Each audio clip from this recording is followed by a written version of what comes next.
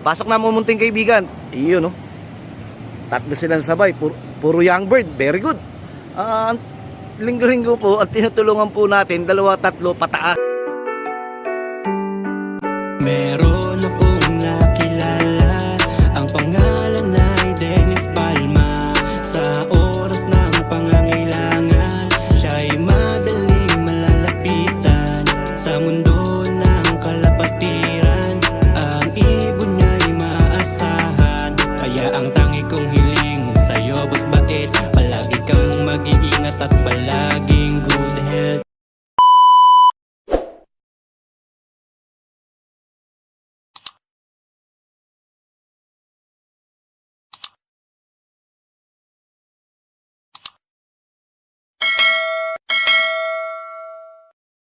Eto mga kasubis, may parating na tayo pero makulimlim na rin kagad. Ito yung ibon po natin, dalawang naka 6K. Papasok na po hindi na po natin tinawag. Pero meron na nauna na hindi po natin na-videohan. Gawa nga po ng galing po tayo sa baba, medyo masakit ang panibait. Gawa nga ng kakaluto. Ito pa yung isa natin. Ito grizzle yata to. Minsan pagka yung malayo pa lang, pagkaramdam nyo na yung parang nakakabisado nyo na yung ibon nyo, ito pa isa, parang mga jet plane puro tawag dito, magkakasunod. Ibig sabihin, ito pangalawang karga na natin sa truck sana nga naman, magdire-diretso, makompleto na tayo lagi. Tapos, siyempre, pagka yung kita mo, grizzle nga, talagang medyo, ito naman yung si matlog natin. Etong matlog na to, may nag-comment po sa akin itapon ko na daw tong ibon ko tong matlog. Kino-content ko pa, kasi late naman daw umuwi ng matnog. Kung basa ilang buwan bago bumalik. Tapos ilalaban ko ngayon ng norte. Ang opinion po ni Bait, napakasarap po ng inuuwian po tayo ng mga ibon natin. Hindi naman natin alam kung anong nangyari po sa kanila, sa daan nila o sa pag-uwi nila. Ang mahalaga po doon, inuuwian po tayo ng ibon. At ngayon po susubukan po uli natin. Bibigyan po sila ng pagkakataon na patunayan yung sarili nila, na mailaban nila yung sarili nila o ma-prove nila na kaya din nilang manalo. Ito na po, maraming dumadaan. Sana meron din po tayo dito. Nanggagaling po dito banda. Siguro makulimlim na, may iniikutan na at saka malakas ang hangin. Oy kuya, pasok ka na. Tapos pangatlo, ginagawa lang daw natin content yung mga ibon natin para kumita. Sabi ko naman, napakasimple po mga kasubis. Sino po ba, ito sabay-sabay, sino po bang may ayaw ng pera? Pero sabi ko nga po sa inyo, kung gusto ko ng pera, di magsipag po tayo. Hindi po yung kung ano-ano na lang gagawin po natin. Magsipag po tayo, magnegosyo po tayo, magtrabaho po tayo. Si Bait naman po, kahit nag-iibon, meron po akong mga maliit na paupahan at meron po tayong mga negosyong maliit din. Bukod pa po doon, hindi po matakot sa pera si Bait. Alam nyo po naman siguro na linggo-linggo ang tinutulungan po natin. Ayan, pasok na mo munting kaibigan. Iyon, no? Tatlo silang sabay, puro young bird. Very good. Linggo-linggo po, ang tinutulungan po natin, 2-3 pataas na katao. Sinasamahan po natin sa laban nila sa buhay. Katulad po ngayon, ongoing condolence pala po sa buong family ni Pare Rex sa kanong Gail, tiyahin daw po nila namatayin po sila. Si Bait po nakikiramay. Sige po, gagawa po tayo ng paraan kung paano po tayo makakasama sa tulong. Pero unahin ko muna po yung inoperahan o operahan na yung ang ganda tingnan, no? Ito po. Yung mabalik po tayo, yung sa sinasabi kong paggawa ng pera dyan sa YouTube. Ni piso, wala pa po ako nakukuha dyan kay YouTube. Pero may kita na po tayo dyan. Ayun, gaganda tingnan, no? May kita na po tayo. Pero sabi ko nga po, unang-una, kung gusto kong pera, di nala ko mamigay ng tulong. Dahil linggo-linggo kung 5,000 po kada ibon, naku, dito sa likod pupunta to. Naku, eto na sinasabi ko. Kasi naglilimlim na po yan dyan Mamaya ako bubugawin, mahirapan po ako makit. Uy, pumasok ka na. Pasok. Bali, sabi ko nga po, kung gusto ko po ng pera, linggo-linggo po tinutulungan po natin 2-3. 5,000 na lang po bawat isa. Tapos 2 na lang kada linggo ang ating tinutulungan. Ganun na lang kasimple. 5,000 times 2, 10,000 po yan. Times 4 weeks, ano po yan, bali susuma po ng 40K po yan. 40,000 ang nailalabas po ni Bait para po dyan sa pagtulong. Hindi ko po pera, pero ibong ko po yan.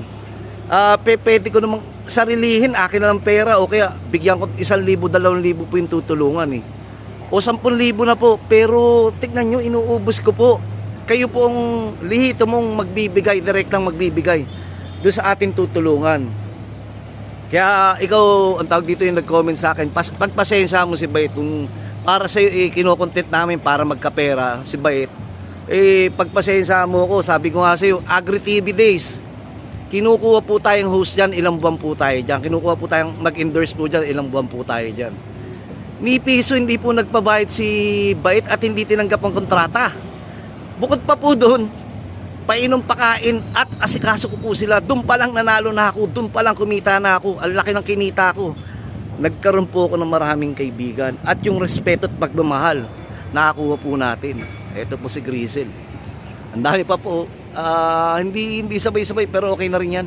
Sabi ko nga, yung sa kaibigan ko, si Brown sa likod ng galing. Yung sa kaibigan ko nga po halos makompleto na. Kay Yet Mundido, shoutout sa'yo. Samantalang yung akin, ewan ko, parang pakalahati pa lang. Basta makompleto, ganun din naman suma niyan eh. Kompleto na nauna, kompleto na huli, basta kompleto. Kompleto pa rin tawag po dyan. Yun po, basta sana po pagka yung meron po kayo nakikitang hindi maganda kay Bait, PM nyo na lang kung diretso kaysa mababasa ng iba, baka mamaya mapulutan po kayo o baka mamaya may kumampi po kay Bait.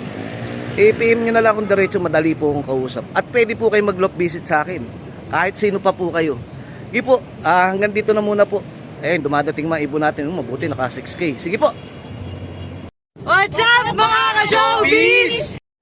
Eto mga ka-showbiz, bali Kimba po tayo, Nueva Ecija. Bali ko lang pa tayong 3. Okay lang yan, basta uuwi. Wala pa yung tabingin to ka. At yung isa pang inbreed.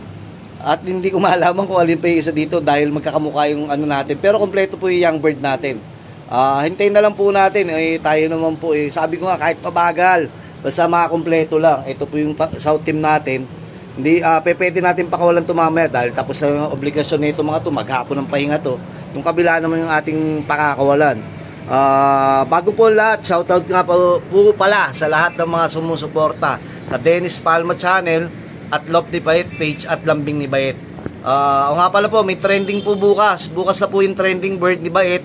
Doon sa mga nagtatanong na walang budget, doon pwede po kayo magbaka sakali.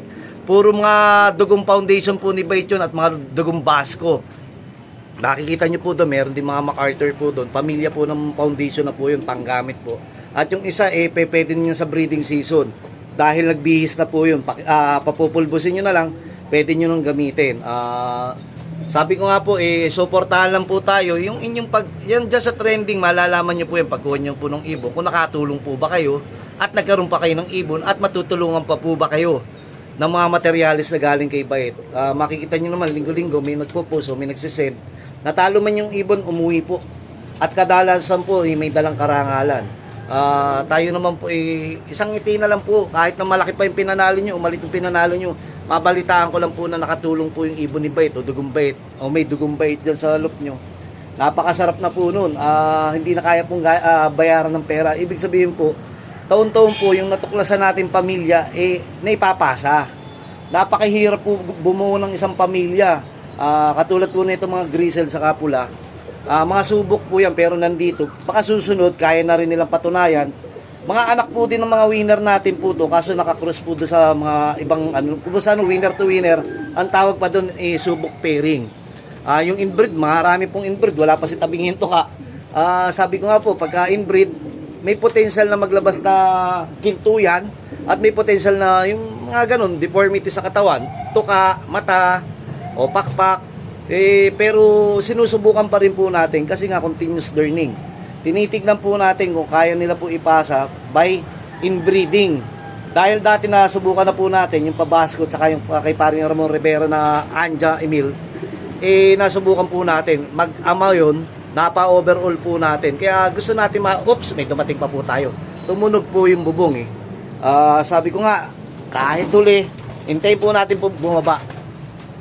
Kuya, baba na. Kukunin natin si Magic Mineral. Kukunin natin. Ayun medyo siguro napagod to. Kasi na-late na ng mga 10 minutes. Una ng mga 10 minutes. Pero okay lang yan. Yung nakaraan po kasi Nueva Ecija din balik na natin to, maingay, hindi tayo makakapag video. Pero sige, lalabasin ko muna po para kasi dahan-dahan po kailangan matuto na po silang pumasok na mabilis. Katulad po nung sinabi ko kanina doon sa video, hindi po natin pinipersa, pero dahan-dahan dapat mag-grow na sila. Dapat dahan-dahan kasi 1 month na lang, derby na. Kaya dapat yan, kahit nandito po tayo sa harap nito, kahit umupo po tayo sa harap niyan, kailangan papasok po siya, kailangan makuha natin po yung respeto niya, na hindi po siya takot pumasok na nandito tayo. Ang dali po What's up mga ka-showbiz? Yun Hanip! I love you! Mga ka-showbiz, ito na si Tabingito ka dumating na, ayaw pa pumasok. Pero anin natin ng kawayan para pumasok. Ito po yung kawayan natin, tignan niya po Para kasi dahan-dahan po dapat madisiplina na sila Kakatukin nyo lang ganyan para bumaba. Huwag nyo naman todong pagkakalakasan kasi matatakot Ayan po, tabingi po yung tuka niyan. Inbreeding, ayan po yung sinasabi natin na subukan natin lahat. Kung may katanungan po kayo sa katawan, boss, pwede ba yung magkapatid sa magkapatid? Pwede ba yung nanay-anak, tatay-anak? Kayo po yung sumubok. Gawa nga po ng, kailangan po ng, kayo din po makakasagot niyan. Kasi bakit nyo ba i-inbreed? Babalik po tayo sa basic. Kaya lang tayo nag-i-inbreed pagka winner to winner. Pag foundation to foundation. Hindi po tayo nag-i-inbreed, I mean, ng basta lang. Nang nabili nyo mahal o sikat yung pinanggalingan, kailangan with history para malapit po tayo sa katotohanan. Katulad po nito, tignan po natin ang tabayanan natin kung hanggang saan po yung tabingi ang tuka. Ibig sabihin, hindi po maganda yung kanyang body structure, hindi po maganda yung kanyang yung tuka at saka yung pakpak. Pero experimental naman to, wala namang mawawala, kaya naka all bird. So matotal, pwede isang pambreeder, pwede niya may pasa, pero subukan lang natin, wala namang mawawala. Nasubukan natin dati, bakit hindi ulitin? Gawa natin ng paraan. Medyo nadurog to kasi late pero kulang pa tayong dalawa. Maya po uli, may parating kasi hindi pala kalapati to. Ano pala to? Ibon dagat. Ayun, pero parang hindi yata nag-training ang Peche o si paring Emil hindi nag-training. Malayong kanilang training, wala pa silang parating na ibon Kay Enchong din wala rin. Siguro mamaya pa lang loading nila Enchong. Every Tuesday sa salungat sila ng MM. Maganda naman yung bigayan para lahat ng pagkakataon. Kung pagka busy ka ng Monday, di may Tuesday tayong option. Pag Tuesday nagkamali ka, di may Wednesday tayong option. Sunday lang naman sila nagkakatalon sabay-sabay, Friday loading. Yan, lahat naman po dapat suportahan natin kahit pa sino pong club yan, kahit sino may-ari. Basta matino. Basta kaya ibigay po yung nararapat para sa tao. Walang malaking club, walang maliit na club. Basta ibinibigay lang po yung nararapat. Yun. Bababa na po tayo mamaya doon. Then, uwi po tayo ng breeder's loop natin. Gawa nga pong yung pa-auction, nakapila pa. Yung itutulong natin nakapila pa. Wag na natin ipila. Direkta na natin sa tao. Para maramdaman na kagad yung ating lambing o yung ating pagsama sa buhay nila. I-out na po kagad natin diretso, mas bababaan pa po ni Bait para maibigay nyo po kagad sa ating tutulungan. Wag na natin patagalin. Ganun din naman magpapa-auction po tayo matagal, tapos baka mamaya kailangan pa, redundant. Ibig sabihin, kailangan na nila yung pampaopera o pampagamot, ibigay na kagad po natin, wag na natin ipila doon sa auction. Si Bait na po ang bahala. Bahala na rin po kayo mamaya kung paano nyo po susuportahan yung ating lalambingin at ating tutulungan. At mamaya po mamimili po si Bait ng 10 tatanggap ng Tolome. Wala pa po yung product ni Tolome. Tolome Ariel probiotic po yun. Mamimigay po tayo. 50 po yun. Pero wala pa yung product. Mamimili po muna tayo 10. Then magbibigay po ng ibon si Bait at si Tolome. Abangan nyo lang po. Sabi ko nga po, hindi naman natin pwedeng madalin dahil puro tayo okasyon ngayon. Ngayon po, pipilitin ko na pong umuwi. Pasensya po. Nangako po kahapon na uuwi. Ngayon na. Sige po.